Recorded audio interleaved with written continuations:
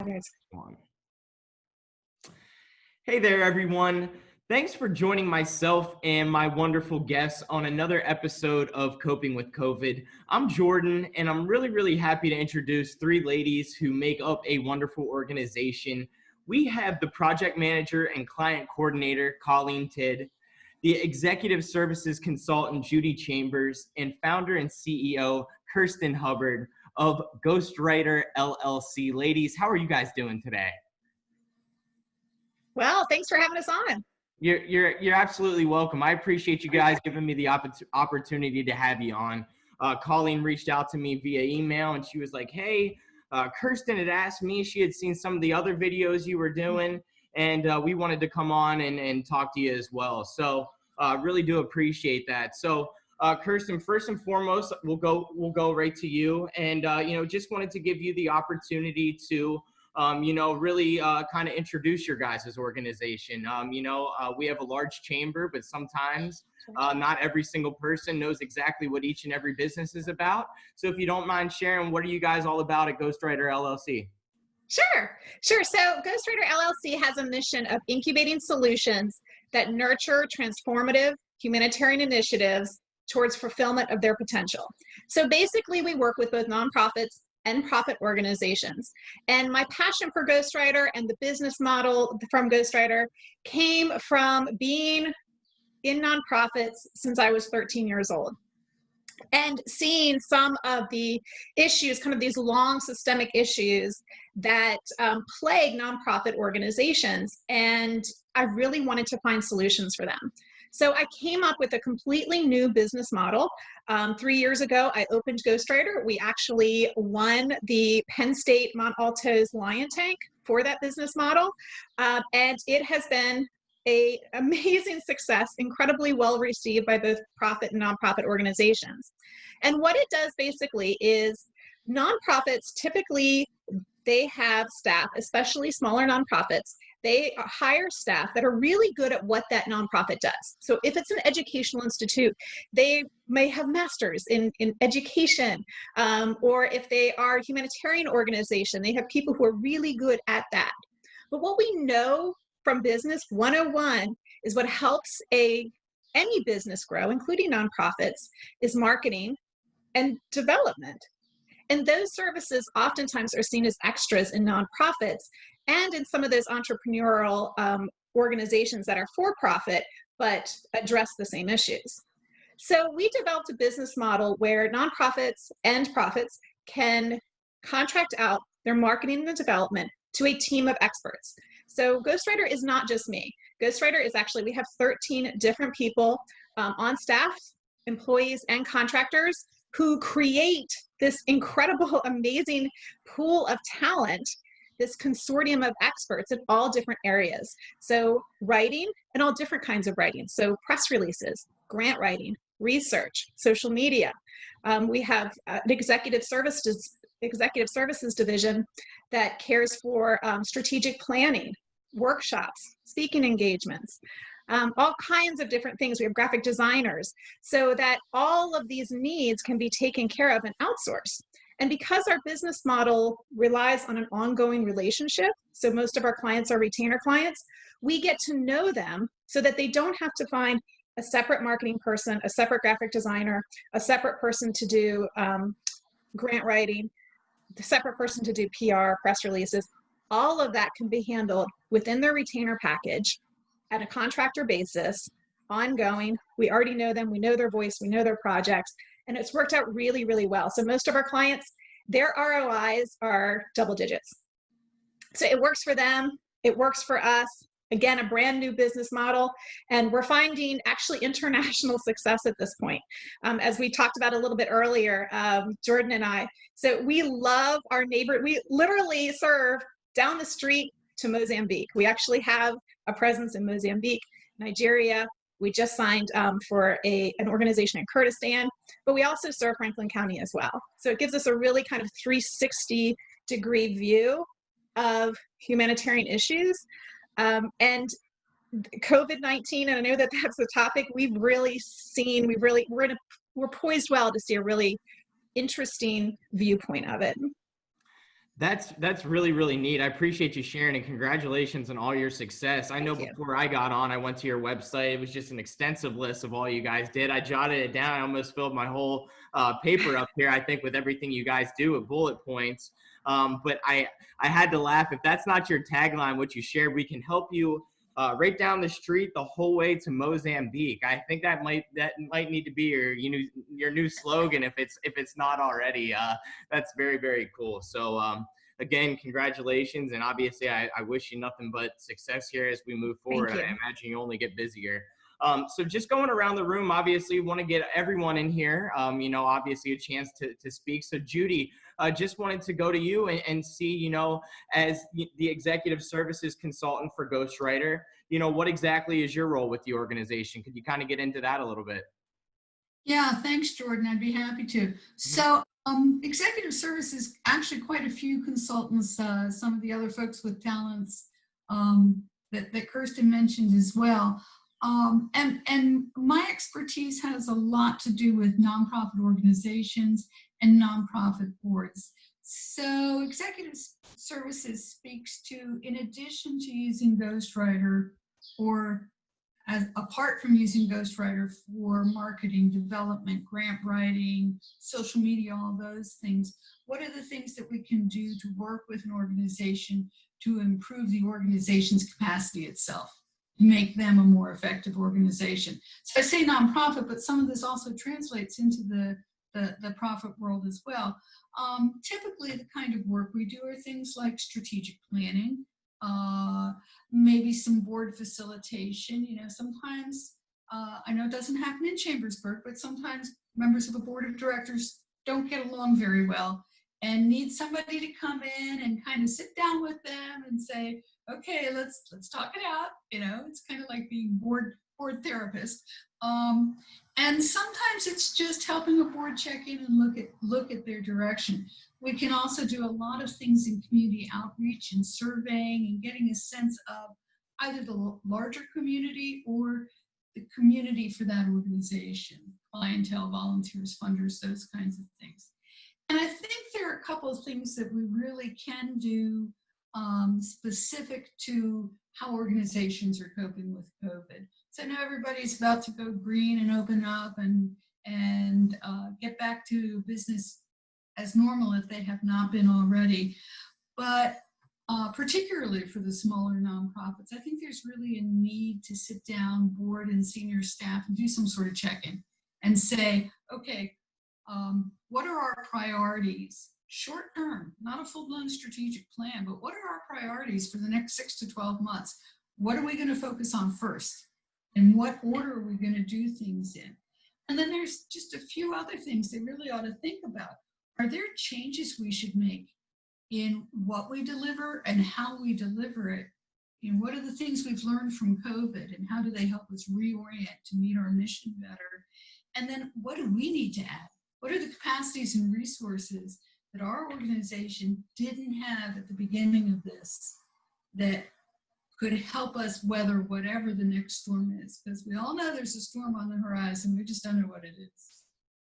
Well, your role is extremely vital, obviously. I mean, at moving forward. I mean, because what it seems like is basically you can go in there, you find anything that maybe isn't working properly, get that out of there, and then you guys really have all the tools necessary to somewhat help different organizations streamline some different things that they may be struggling with. Which, I mean, what you guys are doing. I mean, I obviously see why you had won there at the Penn State Mont Alto thing 3 years ago, because really what you're doing is pretty clever, I must say. So again, continue the good work, and thanks for sharing, Judy. Thank you.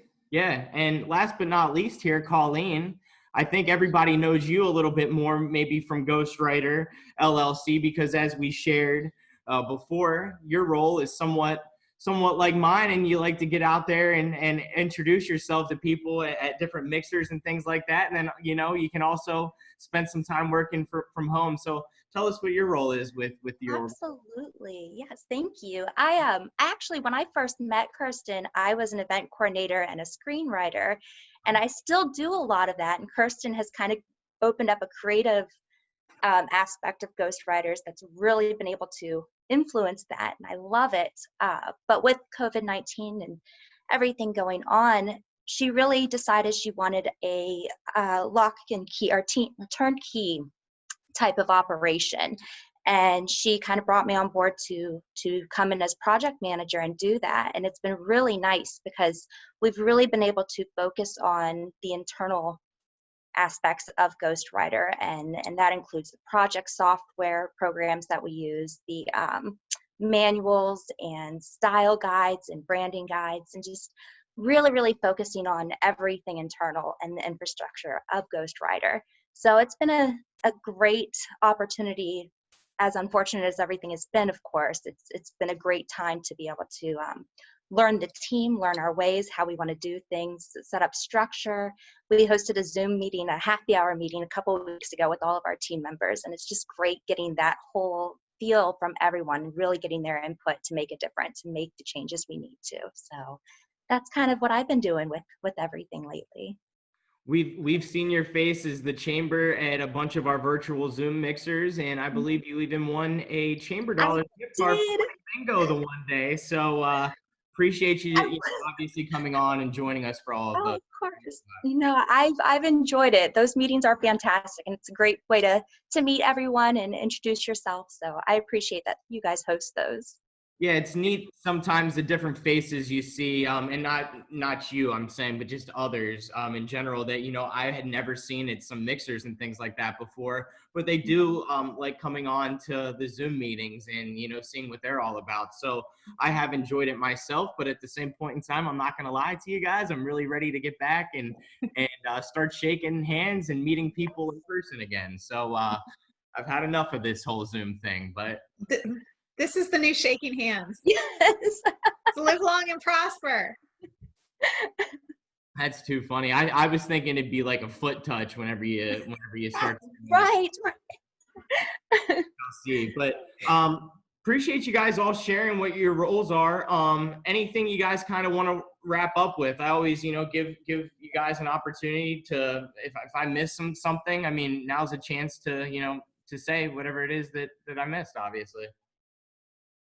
Yeah, so I think that, from our experience, we've been dealing a lot with the COVID money that's coming down from the government. So just a little bit of advice for actually profits and nonprofits again, because all of a sudden during COVID, the lines are blurring between them a little bit as far as who needs funding for grants and all that kind of stuff. So for the people who aren't used to it, there's a lot of money coming down, tons of money coming down. It's coming down very quickly, and it's coming down because it's coming down very quickly to organizations and to people who are not prepared for this, and they're dealing with COVID-related issues on their own. It can be difficult, even for us. The timing of it is very, very quick. It's coming down very quickly. It's due very quickly.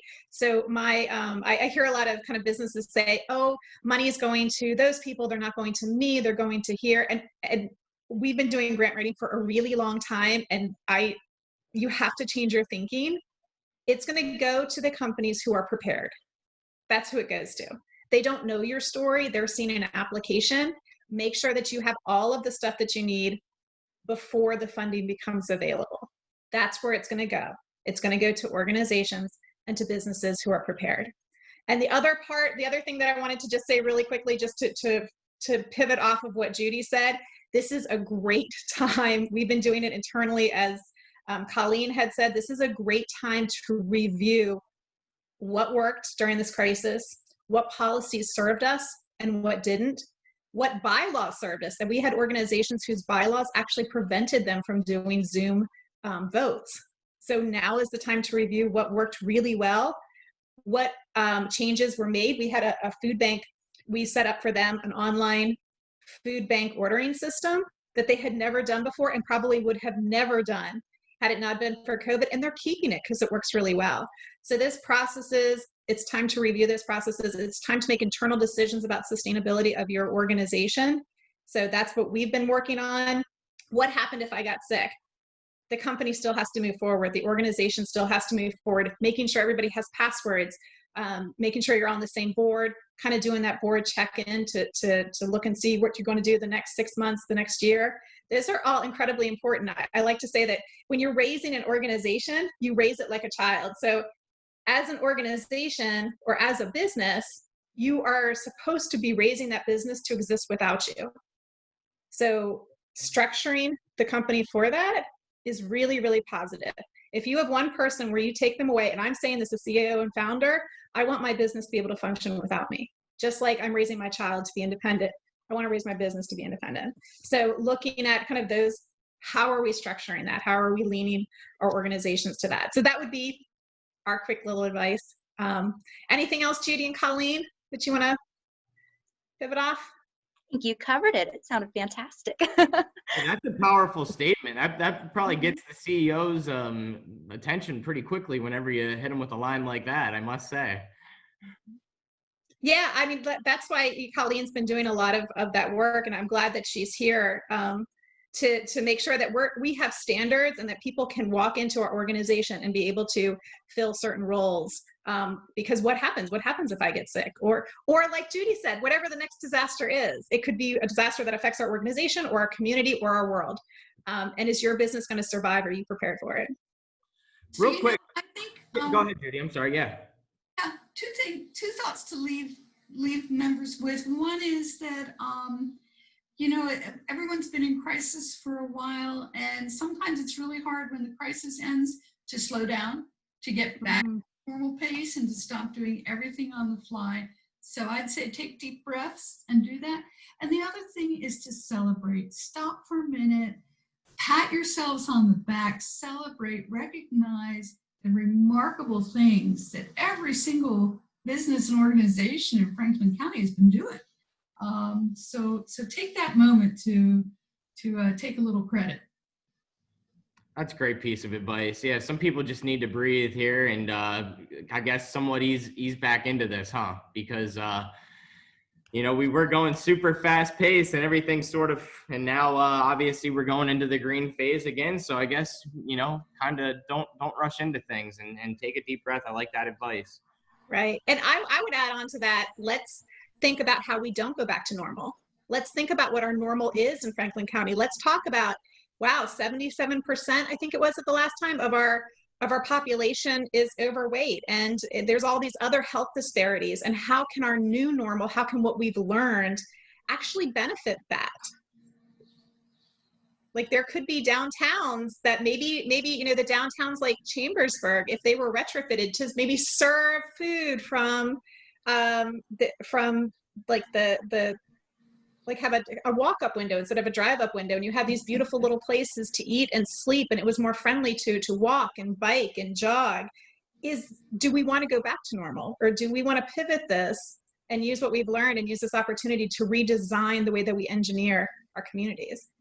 Powerful thinking. I mean, I know we've been talking, and I think it's personally great to see all of this outdoor dining, because it wasn't around really before at some of these restaurants. So now hopefully,